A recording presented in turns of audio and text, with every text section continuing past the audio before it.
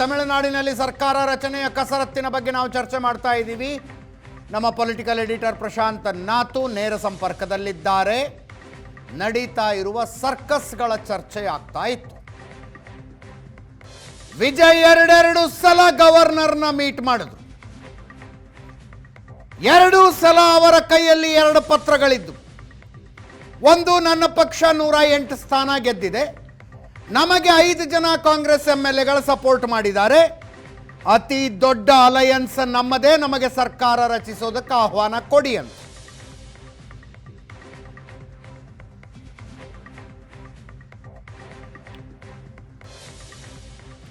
ನೂರ 18 magic number, 118 ಶಾಸಕರ ಸಹಿ ತಗೊಂಡು ಬನ್ನಿ ಅಂತಿದ್ದಾರೆ ಗವರ್ನರ್ ರಾಜೇಂದ್ರ ಅರ್ಲೇಕರ್.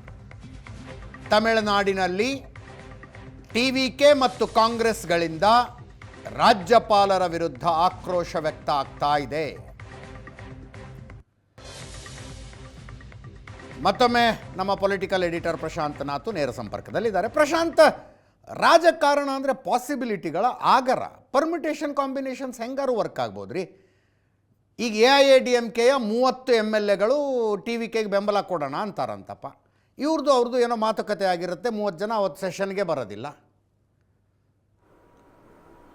ಅಂಥವೇನೋ ಲೆಕ್ಕಾಚಾರದಲ್ಲಿ ವಿಜಯ್ ಇರ್ತಾರೆ. ನೀವು ಈಗಲೇ 118 ಸಹಿ ತೋರಿಸಿ ಅಂತಂದರೆ ಹೆಂಗೆ? ಅಜಿತ್, ಸರ್ಕಾರ ರಚನೆಯ ಹಕ್ಕನ್ನು ಮಂಡಿಸ್ತಕ್ಕಂಥ ಸಂದರ್ಭದಲ್ಲಿ ರಾಜ್ಯಪಾಲರ ಅಧಿಕಾರ ವ್ಯಾಪ್ತಿ ಬರ್ತದೆ. ರಾಜ್ಯಪಾಲರ ವಿವೇಚನೆಯ ಅಧಿಕಾರ ಏನು ಹೇಳುತ್ತೆ ಅನ್ನೋದು ಬಹಳ ಮುಖ್ಯ. ಇಫ್ ಈಸ್ ಸ್ಯಾಟಿಸ್ಫೈಡ್, ಓಕೆ, ಪಕ್ಷೇತರರಿದ್ದಾರೆ, ಅವ್ರು ಬೆಂಬಲ ಕೊಡಬಹುದು, ಕರಿಬಹುದು ಅಂತ. ಇಫ್ ಈಸ್ ಸ್ಯಾಟಿಸ್ಫೈಡ್, ಅದು ಡಿಸ್ಕ್ರಿಷನ್ ಆಫ್ ಗವರ್ನರ್. ಈಗ ವಜುಭಾಯಿ ವಾಲಾ ಅವರಿಗೆ 104 ಸಂಖ್ಯೆಯು ಸ್ಯಾಟಿಸ್ಫ್ಯಾಕ್ಟರಿ ಅನ್ಸುತ್ತೆ ಯಡಿಯೂರಪ್ಪನವರಿಗೆ.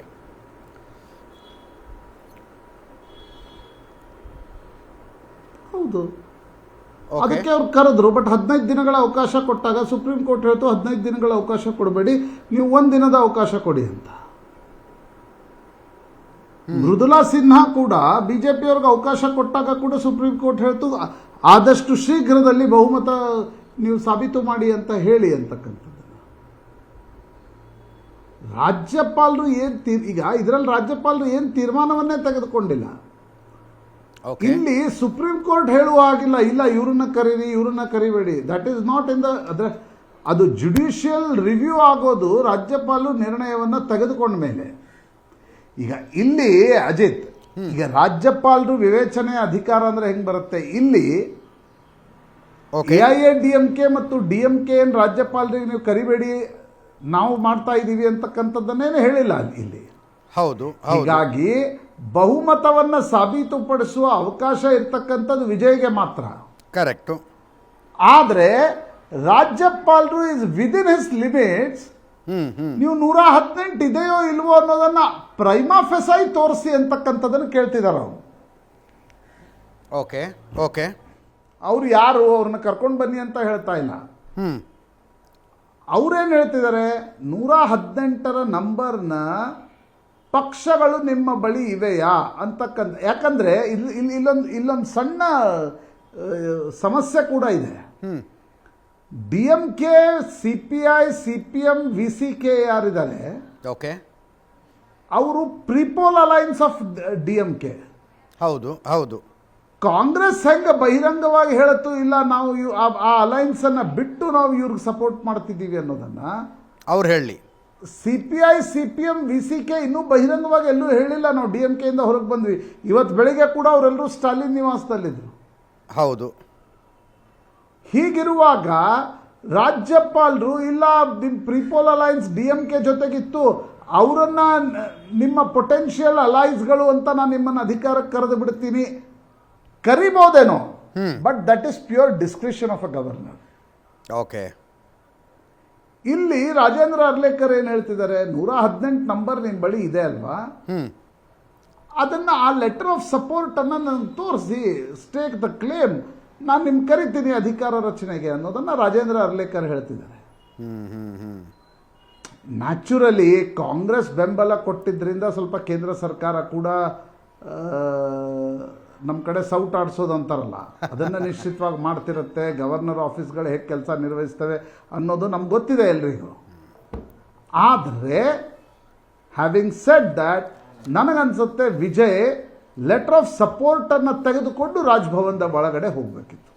ಓಕೆ, ಅವಸರ ಏನಿರಲಿಲ್ಲ, ಬೇರೆಯವರಿಗಂತೂ ನಂಬರ್ಸ್ ಇಲ್ಲ ಅನ್ನೋದು ಗೊತ್ತಿತ್ತು. VCK ಗೊತ್ತಿತ್ತು. ಮತ್ತು ಬೇರೆಯವರು ಯಾರೂ ಕೂಡ ಗವರ್ಮೆಂಟ್ ಫಾರ್ಮೇಷನ್ನ ಆತುರತೆಯನ್ನು ತೋರ್ತಾ ಇಲ್ಲ. ಹೌದು. ಇಲ್ಲಿ ಏನಾಯಿತು ಅಂತಂದರೆ, ಕಾಂಗ್ರೆಸ್ಸನ್ನು ಕರೆಯುವಾಗ VCK, CPI, CPM ಅನ್ನು ಕೂಡ ಆನ್ ಬೋರ್ಡ್ ತೆಗೆದುಕೊಂಡು ಬಿಟ್ಟಿದ್ರೆ ಇಷ್ಟೆಲ್ಲ ಸಂವಿಧಾನಾತ್ಮಕ ಬಿಕ್ಕಟ್ಟಿನ ಚರ್ಚೆಯೇ ಆಗ್ತಿರ್ಲಿಲ್ಲ. ಆದರೂ ನಿನ್ನೆ ರಾತ್ರಿ ನ್ಯೂಸ್ ಅವರ್ ಮಾಡ್ತಾ ಇದ್ದೆ ಪ್ರಶಾಂತ್, ಉಳಿದ 8:52 ಬ್ರೇಕ್ ತಗೊಂಡೆ ನಾನು. ಬ್ರೇಕಲ್ಲಿ ಒಂದು ನ್ಯಾಷನಲ್ ಚಾನಲ್ನಲ್ಲಿ ಸುದ್ದಿ ಬರ್ತಾ ಇದೆ ಅಂತ ಕೊಟ್ಟರು ನಮ್ಮ ಹುಡುಗರು. DMK, AIDMK ಮತ್ತು ಉಳಿದ ಪಕ್ಷಗಳೆಲ್ಲ ಸೇರಿಕೊಂಡು ಸರ್ಕಾರ ರಚಿಸುವ ಚರ್ಚೆ ಮಾಡ್ತಾ ಇದ್ದಾವೆ ಅಂತ. ಅದೊಂದು ಸುದ್ದಿ ಬಹಳ ಜೋರಾಗಿ ಬಂತು.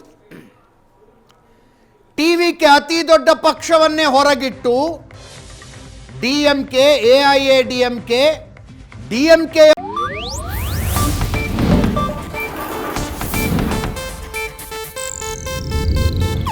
ಇದು ಏಷ್ಯಾನೆಟ್ ನ್ಯೂಸ್ ನೆಟ್ವರ್ಕ್ ಪ್ರಸ್ತುತಿ.